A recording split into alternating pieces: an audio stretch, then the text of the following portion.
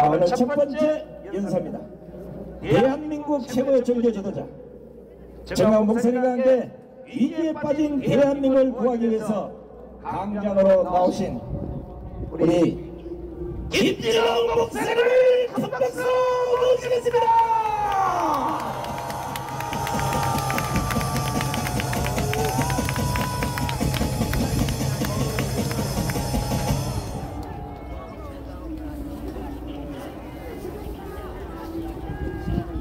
여러분 반갑습니다. 추울 때나 더울 때나 비가 오나 눈이 오나 이 자리를 지키시는 여러분께 경의를 표합니다. 하나님께서 기뻐하실 줄로 믿습니다. 국민들이 박수를 보낼 줄로 믿습니다. 한국교회 전체가 여러분의 성의와 노고에 치하드립니다. 저는 간단하게 한 15분 이내로 말씀을 드리겠습니다. 결론을 말씀 먼저 드리자면은, 첫째, 윤석열 대통령은 오늘 석방된 것을 참 축하하면서 이제 모든 걸 지나서 대통령직을 이어서 2년간 잘 다스리게 될 줄로 믿습니다. 두 번째, 이재명 더불어민주당 대표는 가야 될 길이 있습니다. 감옥으로 가게 될 줄로 압니다. 가서 좀 급하게 나오지 말고 한 10년 푹 써두면서 수양을 하게 될 것이라 생각됩니다. 세 번째는 윤석열 대통령께서 2년을 잘 마무리하시고 그 다음 새로운 대통령, 우리 국민의힘 후보, 더불어민주당 후보가 선거 부정 없이 잘 선거를 치러서 뽑히는 대통령이 다음번에는 통일 한국으로까지 이어지게 될 줄로 믿습니다. 저는 윤석열 대통령이 잘한 것이 두 가지 있다 생각합니다. 윤석열 대통령도 물론 잘한 거 못한 거 있겠지만은 가장 잘한 거 두 가지라 생각합니다. 첫째는 한미일 동맹 관계를 확실히 세운 것을 아주 잘한 것이라 생각합니다. 두 번째는 지난해 12월 3일에 계엄령을 선포한 것이 참 잘한 것이라 생각합니다. 저는 처음에는 긴가민가 해서 요즘 같은 태평시대에 뭔 계엄령인가 그렇게 아주 고개를 갸우뚱하고 왜 그렇게 했을까 별로 처음에는 찬성하지 않았습니다. 그러나 탄핵 정국이 이어지면서 하루하루 지나는 동안에 계엄령을 안 했으면 이 나라가 큰일 날 뻔했구나, 내가 그걸 깨달아 가고 있습니다.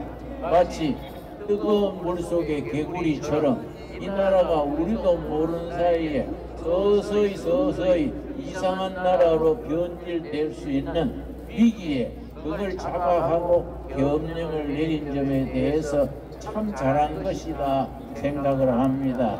여러분, 그래서 우리나라의 위기의 가장 중요한 첫째가 선거 부정입니다. 여러분, 선거관리위원회를 바짝 들었다가 서해안 바다에 던져버려야 됩니다. 아주 선거관리위원회에 골 때리는 사람들입니다. 이번에 다시 이 나라가 바로 서려면 선거관리위원회부터 폐지, 개혁해서 새롭게 해야 됩니다. 여러분, 실예를 들겠습니다. 어떤 사람들은 그럽니다. 요즘 같은 세상에 선거 부정이 어디에 있냐? 매스컴에서도 그렇게 선동을 하고 그렇게 믿는 시민들이 많습니다. 나는 경기도 동두천에 살고 있습니다. 동두천은 옆에 파주시가 있습니다. 파주시 진동면의 경우에 진동면 뚝도자 가능 수가 144명인데 실제 투표했는 사람은 123명이랬습니다. 그런데 투표 결과는 181명이 나왔습니다. 여러분, 그러니까 58명은 도깨비가 투표했는가, 무슨 귀신이 투표했는가. 그건 정말로 뚜렷한 팩트입니다. 팩트. 부정선거는 팩트입니다. 두 번째로 이 사전투표, 이 사전선거 이거 참 골치 아픈 겁니다. 앞으로 선거법이 개정되면은 사전선거 이걸 없애야 될 줄로 압니다. 여러분, 파주시 진동면의 경우에 사전투표한 사람은 44명이랬습니다. 진동면 경우에 사전투표는 44명 했는데 표는 몇 표가 나왔느냐? 114명 표가 나왔습니다. 70명이 어디서 나타났습니까? 이건 사실입니다. 사실. 그리고 파주시에 100세 이상이 70명 투표한 걸로 나오는데 여러분 153세가 투표한 걸로 나왔습니다. 여러분 197세가 투표한 걸로 나왔습니다. 희한한 일이지요. 197세면은 1823년에 태어난 사람이 투표한 것으로 그렇게 드러났습니다. 정말로 희한한 일 아닙니까? 이런 걸 우리가 제도적으로 완전히 바로잡아 나가야 됩니다.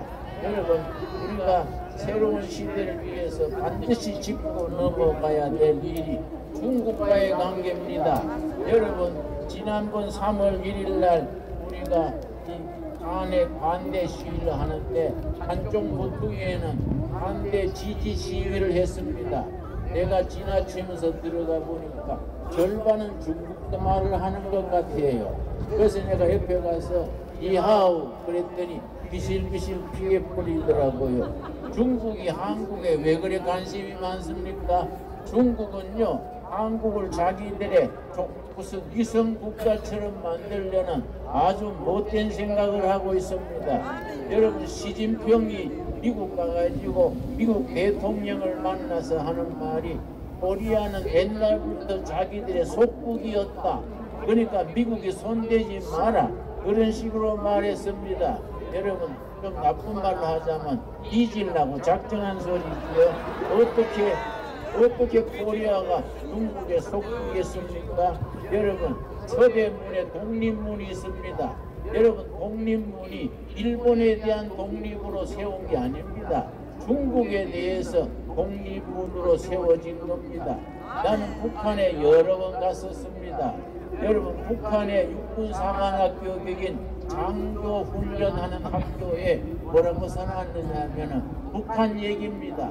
일본은 100년 숙적, 중국은 1000년 숙적, 그렇게 써놨습니다. 북한 사람들도 일본은 100년 원수고 중국은 1000년 원수라 그랬는데 이상하게 우리나라 정치가들 중에 더불어민주당 사람들 중에 중국을 그렇게 떠받드는 사람들이 있습니다.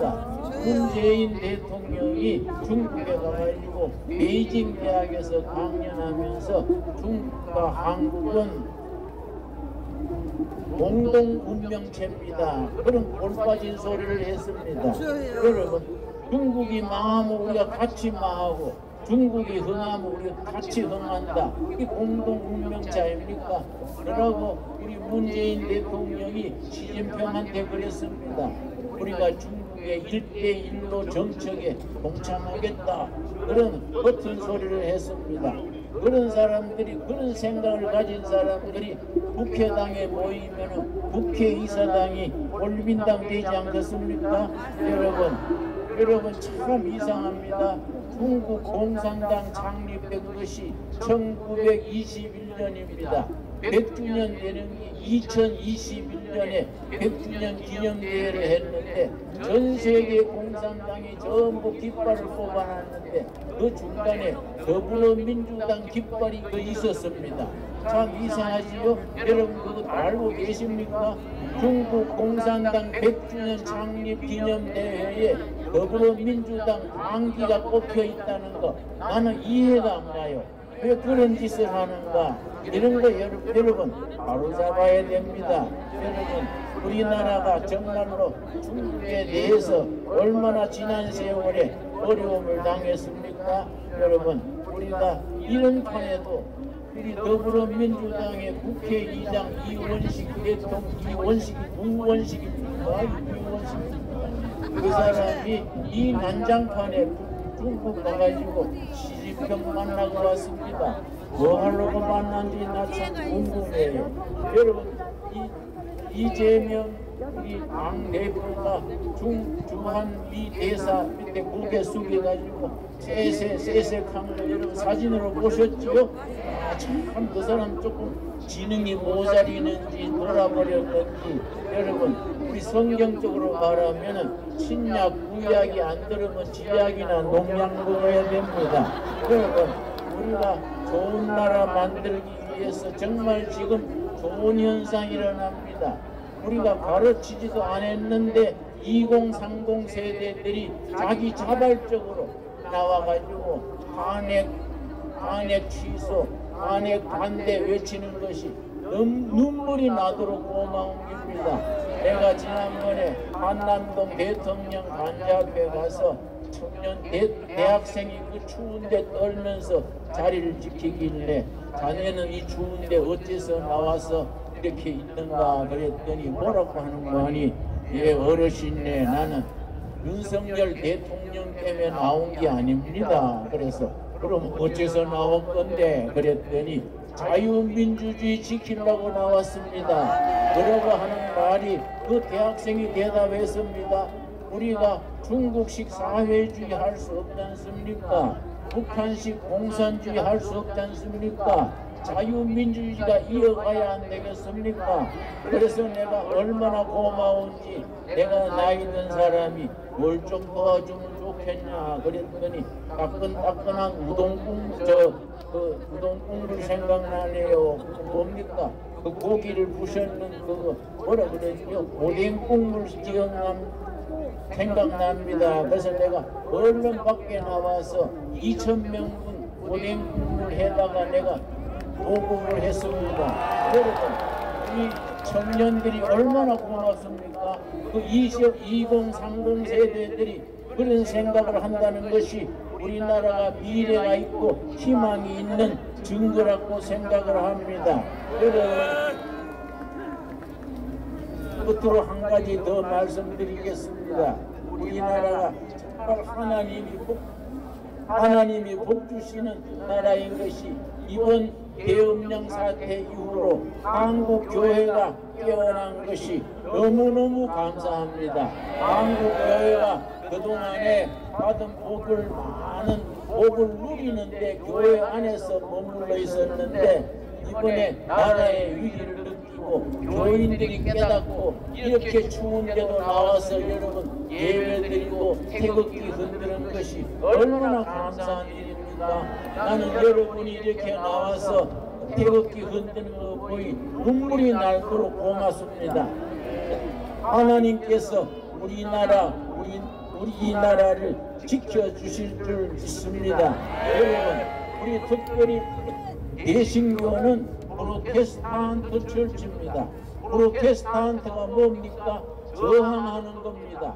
어리석은 정치에 대해서, 삐뚤어진 정치에 대해서, 헛된 이데올로기, 주체 사상에 대해서 우리는 목숨 걸고 저항해야 됩니다. 여러분, 우리는 제2의 전쟁입니다. 전쟁은 목숨 걸고 하는 겁니다. 여러분, 우리나라의 운동권 계열에는 두 계열이 있습니다. NL 그룹이 있고 PD 계열이 있습니다. NL 그룹은 내셔널 리버레이션, 민족 해방 전선이라 그래서 주사파라 그럽니다.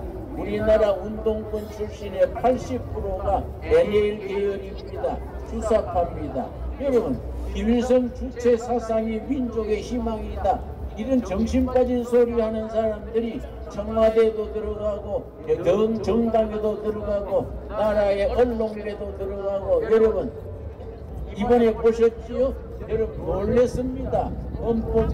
헌법재판소 무슨 선거위원회 무슨 재판부 곳곳에 그런 불확치들이 진지를 들고 있는 것이 나라가 얼마나 위험했습니까? 모르고 지나갔으면 우리가 그냥 앉아서 당하는 거이지요. 이럴 때 우리가 참 하나님이 보호하사 온 국민들이 계엄령을 통해서 깨닫고 이렇게 시위를 프로테스트 저항하게 된 것이 정말 얼마나 감사합니까? 한국교회는 이런 국민적 저항에 제2 6.25 전쟁에 우리가 앞장서서 나라를 구하는 우리가 전사들이 되어야 될 줄로 압니다. 여러분, 그 일이 교인들 중에 엉뚱한 소리 하는 사람 옆에서 뭐라 그러십시오. 정신 차리라고 뭐라 그러십시오. 여러분, 로마서 12장 2절에 있습니다. 세상 풍조를 따르지 말고 예수 그리스도 힘입어 변화되어서 세상을 변화시키라 했습니다. 여러분, 따라하면 따라하겠습니다. 변화되어 변화시키자. 다시 한 번 더 하겠습니다. 변화되어 변화시키자. 변화되어 변화시키자.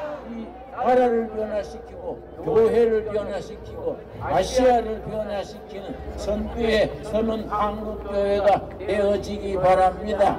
그렇게 되어가고 있는 줄로 압니다. 내가 독일의 끝으로 한마디만 더 하겠습니다. 내가 독일에 갔을 때 훔보르트 대학의 입구에 칼 막스의 유명한 말이 새겨 있었습니다. 지금까지의 철학은 세계를 해석만 했다. 그러나 지금부터의 철학은 세계를 변화시켜야 된다. 내 그 말을 읽고 감동을 받아서 속으로 생각하고 내가 설교할 때 그 말을 인용하곤 합니다. 지금까지의 교회는 성경을 해석만 하고 교회를 지키기만 했다. 그러나 지금부터의 교회는 나라를 변화시켜야 된다. 우리 통일 한국 시대에 이룰 때까지 우리 교회가 앞장서야 됩니다. 여러분, 반드시 이루어질 줄로 믿습니다. 우리가 통일 한국 시대에 평양에 가서 같이 예배 드립시다. 여러분, 가까운 시일에 백두산에 가서 여름 수양에 열도록 합시다. 여러분 옛날에 독일의 니체란 철학자가 유명한 말을 남겼습니다. 나를 죽이지 못하면 나는 더 강한 사람이 될 것이다. 여러분, 윤석열 대통령을 죽이지 못하면 더 멋지고 더 강한 윤석열 대통령이 될 줄로 믿습니다. 여러분, 우리를 패배시키지 못하면 더 강한 우리가 정광훈 목사가 되고 우리 세종로 강화문 세력이 되고 더 강하고 멋진 대한민국을 함께 이루어 나가게 될 줄로 믿습니다. 감사합니다.